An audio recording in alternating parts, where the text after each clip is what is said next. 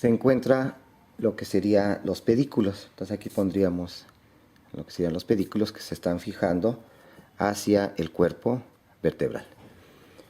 Y lateralmente estos pedículos se va a localizar en los procesos transversos, en este caso de las vértebras cervicales. Entonces aquí tenemos los procesos transversos de las vértebras cervicales, que tienen la característica que en su base se presenta un agujero, que es el agujero transversario, que es donde pasa la arteria vertebral en las 6 primeras vértebras cervicales. Entonces aquí está el foramen o agujero transversario, donde pasa la arteria vertebral en las 6 primeras vértebras cervicales. Estos procesos transversos de las vértebras cervicales, en su vértice presentan dos pequeños tubérculos. Estos son bífidos, un tubérculo anterior y un tubérculo posterior.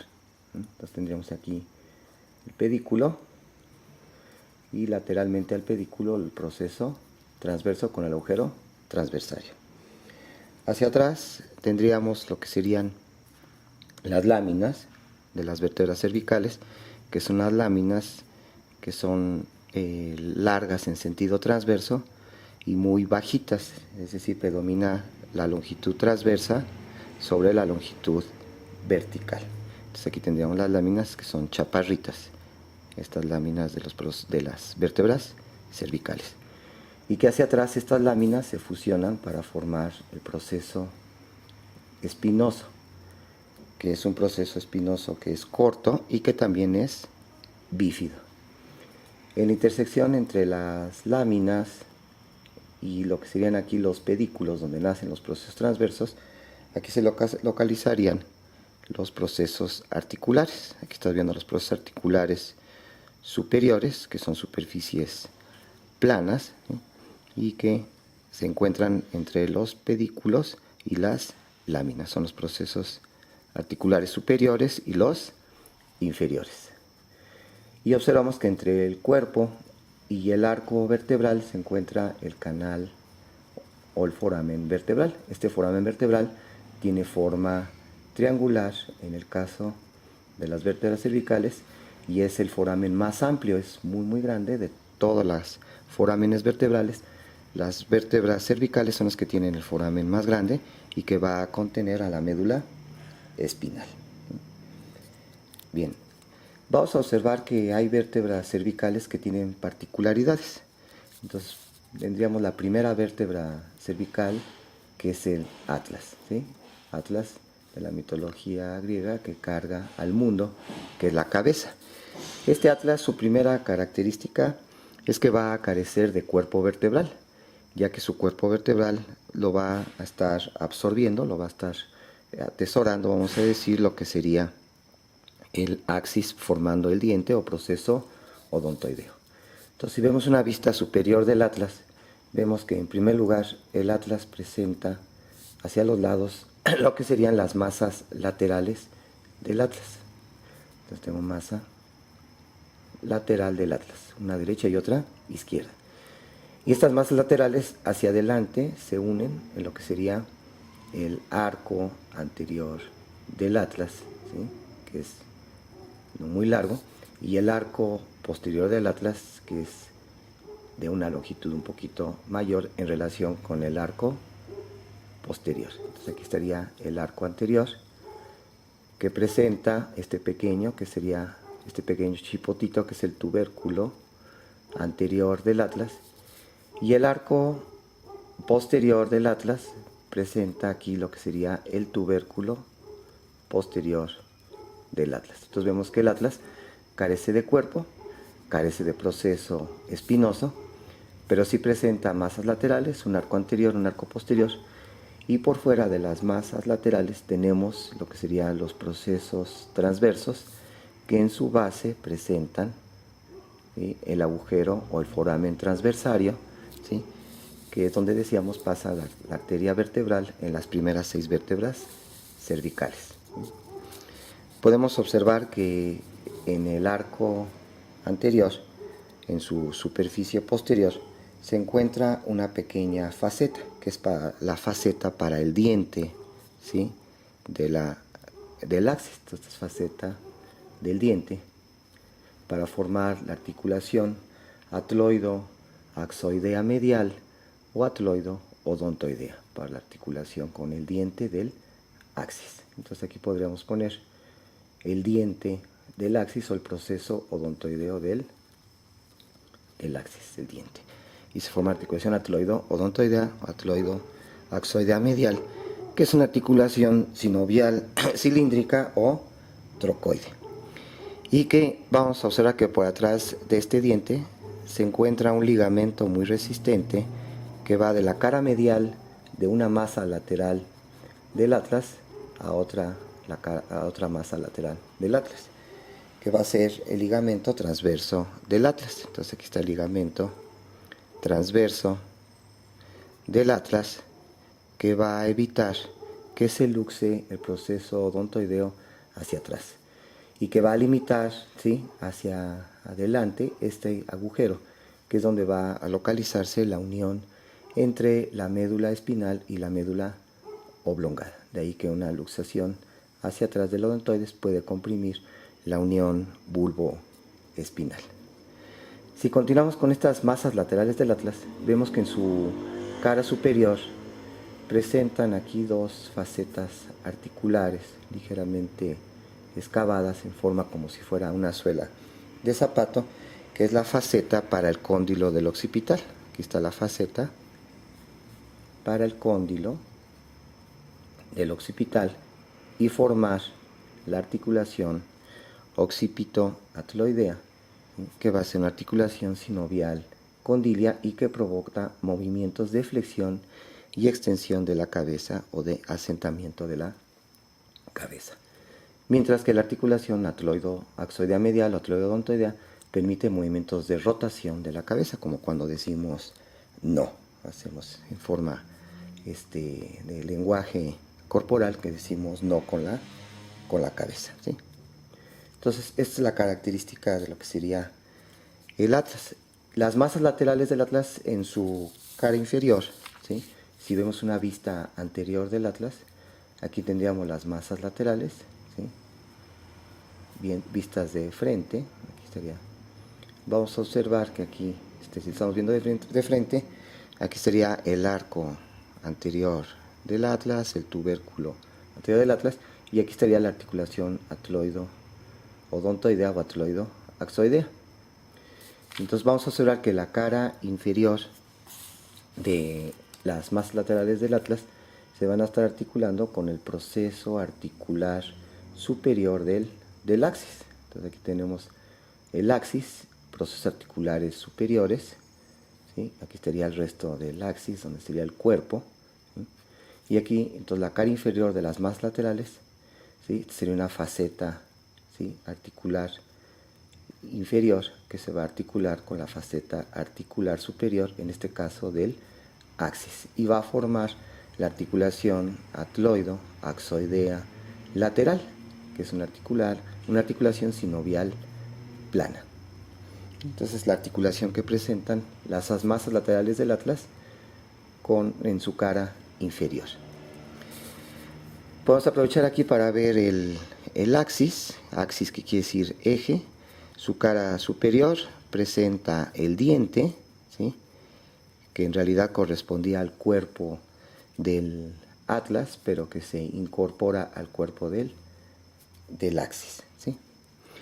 En estas uniones entre el occipital, el atlas y el axis, son articulaciones ahí de la unión cráneo-cervical, que es un sitio importante para los movimientos de la cabeza.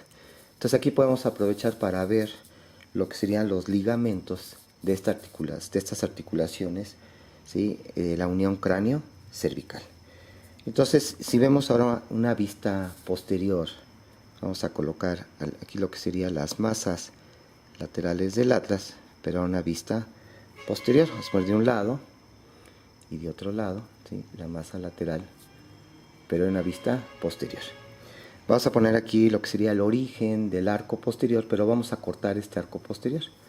El arco posterior lo vamos a poner aquí su origen y lo cortamos. Lo cortaríamos exactamente en este sitio. Aquí cortamos el arco posterior del atlas. Tendríamos entonces ahora una vista posterior de lo que sería el proceso odontoides o el diente del axis, y aquí los procesos articulares superiores del axis de uno y de otro lado, el proceso articular superior, y estamos viendo la cara posterior del cuerpo del axis. Y aquí atrás estarían naciendo lo que serían las láminas, ¿sí? Limitando hacia atrás el foramen vertebral, y estas láminas uniéndose en el proceso espinoso de, en este caso, del axis, que es bífido. Entonces sería, aquí sería la porción posterior del foramen vertebral. Entonces este sería el foramen vertebral y la cara posterior del axis. Si nos vamos hacia arriba, decíamos que en la cara superior de las más laterales del atlas teníamos la superficie para la articulación con los cóndilos del occipital. Entonces aquí tendríamos un cóndilo del occipital y aquí otro cóndilo del occipital. Y hacia la línea media tendríamos aquí el borde anterior del foramen magno, ¿sí? Y aquí vamos a poner el sitio donde cortaríamos la porción posterior del hueso occipital, que se va a continuar con la escama del occipital y que va a limitar hacia atrás el borde posterior del foramen magno. Entonces aquí lo que estamos marcando es el borde anterior del foramen magno, y aquí cortamos el occipital y entonces no observamos el foramen, el borde posterior del foramen magno. Quiere decir que aquí adelante estaría la base del cráneo, lo que sería la fosa craneal posterior, el piso posterior, donde vendría el proceso basilar del occipital hacia adelante, y donde estaría el clivus, que es donde va a descansar la cara ventral del tronco cerebral, ¿sí? Bien, entonces una vez ya sabiendo en qué sitio estamos, vamos a poner aquí los procesos transversos con el foramen transversario del atlas, y también aquí como referencia los procesos transversos del axis. Bien, entonces si nos vamos de adelante hacia atrás, es decir, un plano anterior sería hacia allá, la porción profunda de este dibujo, porque estamos en una vista, es una vista posterior, ¿sí? Vamos a observar primero que hay un pequeño ligamento que va del vértice del proceso odontoides hacia el borde anterior del foramen magno, que es el ligamento apical del axis. Entonces aquí tendremos este pequeño ligamento, que es el ligamento apical del axis, del diente del axis. En este mismo plano, pero ahora hacia los lados de este diente, se van a encontrar dos ligamentos que se van a dirigir desde los bordes laterales de este diente hacia la cara medial de los cóndilos del occipital. Entonces salen como una especie de cuernos que van desde los bordes laterales del diente hacia la cara medial de los cóndilos del occipital, que son los ligamentos alares. Este es el ligamento alar del axis. Estos ligamentos alares son muy importantes porque van a limitar la rotación de la cabeza. Entonces ya decíamos que la cabeza rota, ¿sí?, en un pivote que es el diente, y todos estos ligamentos al rotar se tensan, ¿sí? Entonces si rotamos la cabeza hacia el lado izquierdo, ¿sí?, se va a tensar el ligamento alar del lado derecho, y si la rotamos hacia el lado derecho se va a tensar el ligamento alar del lado izquierdo. Se ha visto que cuando hay rotura de estos ligamentos, que se puede presentar sobre todo en los jugadores de fútbol americano, al ser sometidos a una tacleada, una rotación de la cabeza hacia un lado forzada, se puede romper uno de estos ligamentos y entonces permite una movilización de la cabeza en rotación de más de 30 grados de lo normal. Bien, si nos vamos ya un poquito posteriores, vemos que de la cara medial de una masa lateral del atlas a otra masa lateral del atlas se encuentra un ligamento que pasa por detrás del diente, que será este ligamento que estábamos observando. Ahorita estamos viendo, es una vista por aquí atrás. estamos en esta vista, cortamos aquí, decíamos, el arco posterior del atlas, y entonces aquí teníamos este ligamento, que es el ligamento transverso del atlas. Entonces vamos a poner aquí el ligamento transverso del atlas, que se inserta en las masas laterales del atlas y evita la luxación del odontoides, decíamos, hacia en un sentido posterior. Bien, vamos a observar que de este ligamento transverso del atlas hacia arriba